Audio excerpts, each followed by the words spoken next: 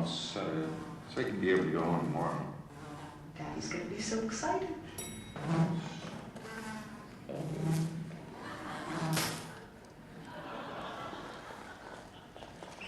That killed him.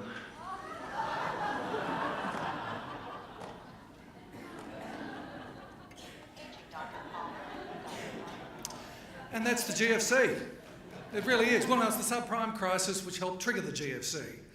Ameriquest was one of the Turkey American mortgage brokers who gave loans to people who should never have had them. The tagline on their ads, they made great ads, really bad loans. The tagline on their ads, don't judge too quickly, we won't. No job, no income, no assets, no worries, have a ninja loan. And Ameriquest and their peers made those loans in the hundreds and hundreds of billions of dollars. The investment banks and ratings agencies sprinkled pixie dust over them and farmed them out around the world until you have councils and charities in Australia carrying their rubbish on their books still. And when it all hit the fan, September 2008, 3 years ago next month, when Lehman Brothers went under, global finance froze because nobody knew where those dud loans really were. And we looked over the edge of something unbelievably bad, another Great Depression. But the world didn't have a Great Depression, did it? It still had the Great Recession. The North Atlantic certainly had the Great Recession. But over the hill came the posse, the world's central banks and governments with stimulus packages, and a depression was avoided. Australia didn't even have a recession. Australia, in fact, had the mildest of slowdowns. Yet the Australian psyche, particularly I think in business circles and investor circles, is still carrying scars as if we have had something tough happen to us. And we haven't. The reason, I think, is that we have lost most of our ability to keep perspective. We have lost the ability to look through the headlines and see what is really happening in this economy. And that is costing many of us dearly. Because what is happening in this economy is the biggest restructuring since the original minerals boom, the gold rush of the 1850s. It is that big, it is fundamentally changing every industry in this country.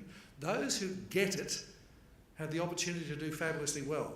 Those who don't will provide the opportunities for the others. It's very easy to lose perspective because of a number of reasons. One, yes, you can always blame the media because bad news is what we like. Bad news, scary headlines. It makes people read newspapers and watch TV shows. I know a lot about scary headlines because I've written thousands of them. I feel a bit guilty about it these days. There is never any danger that you will miss out on hearing any bad news. You'll get it. There is a big danger you will actually miss out on seeing the big picture. It's made worse in Australia by the extremely adversarial nature of politics, at the federal level in particular. It's the job of the opposition to oppose, but this opposition opposes everything. You know, all governments get some things right, some things wrong. You get the impression the federal government's never got anything right, when in fact its macro policy's been pretty good.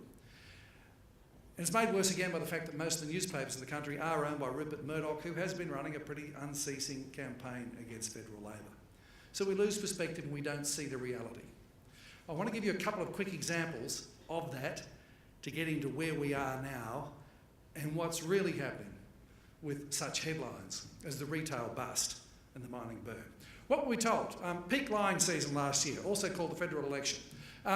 What we all told was the biggest threat to the Australian economy, the thing that was going to enslave your grandchildren. Oh, it was the big scary deficit. Or was it? So I think it's a bit like two blokes in the pub passing the time. One says to the other, you know what I saw on TV last night? Lions have sex 15 or 16 times a night. The other bloke says, oh, bugger, I've just joined Rotary. I think it's important to be able to tell the difference between a Rotarian and a lion. If you're ever visiting Africa, I think it's important to understand the whole federal deficit nonsense. Stole this graph from the federal budget in May. That must be Australia down the end because it's in gold and it's back in surplus in 2012-13. But $1 billion one way or the other really doesn't matter. The rest of the developed world certainly does matter. The rest of the developed world, which is up to its eyeballs in debt, and as we've seen in the last couple of weeks, having a hell of a time trying to reach any sort of rational political answer to the problem they have. If you want to worry about something, worry about US and Europe and the US, but I don't, because they don't really matter. We have sunk, though, in this belief that there was something wrong with our deficit, going into deficit during the GFC, when it was a totally rational thing to do. It meant the unemployment rate bottomed out at 5.8%. Where the unemployment rate had peaked at 5.8%, the level at which it had bottomed out in the two previous cycles. Because the thing about deficits and surpluses isn't whether you got one, it's the movement between them that impacts on the economy. I don't want to get bogged down in the economics of it, but it's important to understand. You see, when Wayne Swan stood up to deliver his budget in May, it worried me that he was walking in Peter Costello's shoes from 2006. May 2006, the unemployment rate was 4.9%. May 2011, it's 4.9%. The seasonally adjusted figure went up last month to 5.1%. Forget the seasonally adjusted figure, it jumps around too much. The trend figure's 5%, has been for a few months. Home mortgage, the variable standard home mortgage rate. May 2006, 7.55%. It went up to 7.8% the next month, which is what it is now. I just hope none of you are silly enough to be paying that, because right now the banks are actually competing for your business. If you haven't reviewed what you're paying on your mortgage in the last year, for heaven's sake, ring up another bank and ask them what the best deal is. You should be able to pick up one now if you've got a decent credit rating and you're not self-employed at just under 7%. However, that's the headline rate, that variable rate. The RBA's core inflation rate back then was 2.6%. In the year to June 30, the RBA's core inflation rate 2.7%. Now, what worried me about that was what happened next from May 2006. Oh, Peter Costello was running surpluses. He was a hero. And it was dud fiscal policy. Because 2 years later, the unemployment rate was down to 4.2%. Effectively full employment. That rate, anyone who really wants a job can get one. Some people who don't want jobs have them, and you've probably worked with those people from time to time. The home loan mortgage rate, the headline mortgage rate was 9.45%. And it went up in July of 2008 to 9.6%. It's a good Trivial Pursuit question. Ask anyone what was the headline home mortgage rate in July, August 2008. No one's going to say 9.6%, because we can't remember back that far. We're good for about 2 weeks, and that's about all. Goldfish look smart by comparison. And the RBA's core inflation rate was out of control at 4.1%, which is why they were bashing us over the head with interest rates.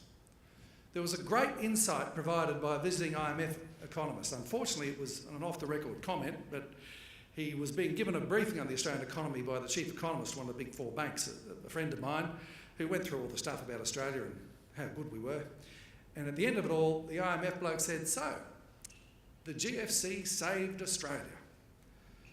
And my mate said, no, listen, pal, you weren't listening. We were brilliant. We dodged the bullet. We're so smart.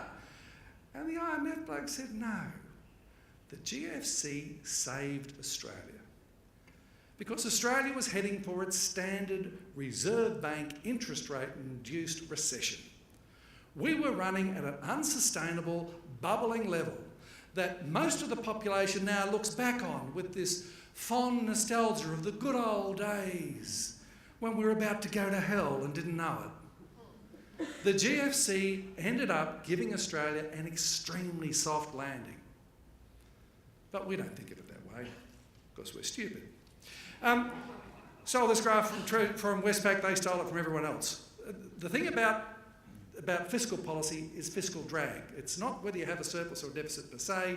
Yes, in a commodities boom, you should be running a surplus, but it's the movement between them that matters. So that big leg down there, that was the government stimulus as the GFC hit.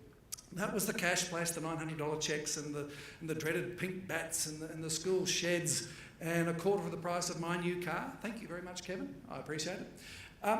And still stimulus. Here we are this year. We are still in deficit.